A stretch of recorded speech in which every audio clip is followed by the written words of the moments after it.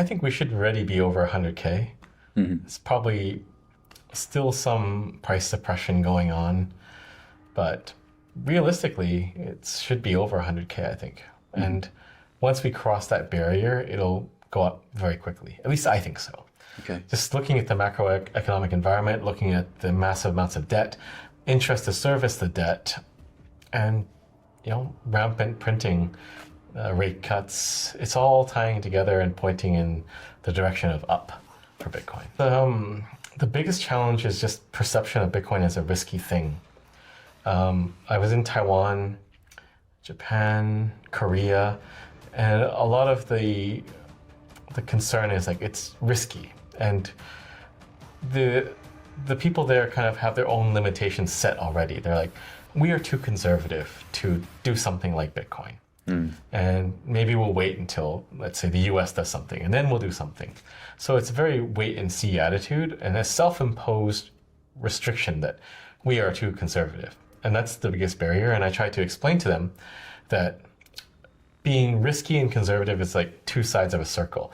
If you're trying to back away from risk, or try to be more and more conservative, eventually you go to the risk side, because Bitcoin is a technology, and if you're shying away from it, your risk is that you miss out on that technological revolution.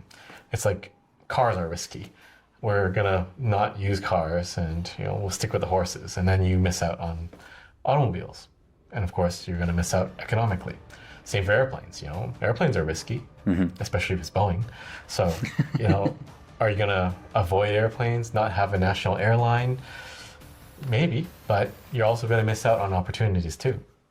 So I think that's the number one barrier. People think, we are conservative, or Bitcoin is risky, and we cannot cross that chasm to Bitcoin. But then I try to present the reality, which is you will cross that chasm eventually. So it's either you choose to do it now or after the US. And the ETFs, whether you like them or not, are a great illustration of this. So a lot of countries waited for the US to push out the ETFs. Hong Kong was waiting for the US. Australia was waiting. And then SEC said, okay, now they have almost 1 million Bitcoin. Hong Kong has 10,000 something. Australia has 100 something. So if you wait, then you're going to fall behind. Trump is going to probably win. He'll create the strategic Bitcoin reserve. And even if he does 20% of what he said he's going to do, that's still 200,000 coins. So how many coins will Germany have? Or pick a country, Argentina. The window, I think, is closing very rapidly to accumulate a significant chunk of Bitcoin. And people haven't done that mental calculus yet. Like, how much has been bought by the ETFs? A massive chunk. How much has MicroStrategy accumulated? A massive chunk. Can another company do a MicroStrategy and get 250,000 Bitcoin? I don't think so, because you're also fighting MicroStrategy and all the new ones like Semler and Metaplanet and the ETFs at the same time, and potentially a strategic reserve from the US. So there's not a lot of Bitcoin left to fill coffers to the tune of 250,000 BTC. You sold it to me. But the scarcity is just not something people can comprehend, because they live in a fiat world where you can catch up by printing. So let's say, for example, Germany wants more nuclear plants. They don't have the know-how or the engineers or the components needed. They can still kind of print euros to catch up, right? So the concept of catching up through printing is just so deeply entrenched that they can't really comprehend that this thing is finite and there is no catching up. And I think I saw a clip of Saylor talking on an interview, like he would have nightmares or wake up in the middle of the night thinking, I'm not going to be able to buy that many Bitcoin because he's worried someone else is going to do it, right? Because it's so obvious, like accumulate as much as you can. And when you have that playbook and you have that ability, you think they're going to do it because it's so simple. It's just in plain sight. And it's not, because they don't have that right line of thinking, or their mental model is not correct. But you can't catch up with Bitcoin. It could be that the US ETFs are going to dominate simply because they have that large lead. They have that large pool of liquidity and capital. It could be that MicroStrategy is the only one that ever will have that much. Even if Apple wanted to come in, can they catch up to MicroStrategy? Not certain that they could. Because as they start to buy, they're going to move the market. If you want 250,000 Bitcoin. And that was where that multiplier comes in, right? The one that I talked about in my talk. I think 20x is a good conservative multiplier that you could say will be the increase. So good luck trying to get 250,000 Bitcoin. Yeah, but it's weird. The price has not moved. And I know you don't like talking about it, but with that level of demand, with the inflows, with all of the adoption happening, like Bhutan, how is it possible we're still here? It just doesn't add up. Yeah. No, I totally understand what you mean, and it gives life or breathes life into those ideas, those conspiracy theories, like, oh, the price is being suppressed, or the ETFs is doing some crazy short strategy, or whatever it may be. Well, I think it's probably some sort of naked shorting, like FTX style. They're selling Bitcoin that they don't even have, that does not exist. Right. And they can do that because exchanges can do these types of things, and as long as they fill it up later, it's okay. But if the price gets out of control, then maybe they can't fill that hole in the future. Okay. And yet we're sat in the country which sold 50,000 Bitcoin for 2.6 billion euros, which today is worth 3 billion euros. What was your reaction to this story? Well, just like everyone else, I thought that's crazy that they're selling. And talking with Joanna, you understand a bit more. It's not the main German government, it's the government of Saxony. And they wanted to spend it. And it's masked under some rule, like they must dispose of it. But did they have to dispose of it at that time, at that exact rapid pace? I don't know. But if I were them, I would have found some loophole. Even if the law said you must dispose of that, then I would have sold it for liquid Bitcoin or something else. The number of Bitcoin that Germany should have, and it was 268,000. Is that right? 268 or 263. Okay, yeah. I forgot which one. Yeah, but that's a lot of, it's more than 0.1% of the supply. How did you arrive at this number?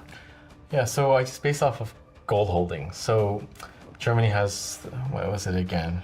8,000? No, that's the US. Germany has 3,300 tons of gold, roughly. So if you want the equivalent value in Bitcoin, it's 260 something thousand BTC at these prices. Yeah.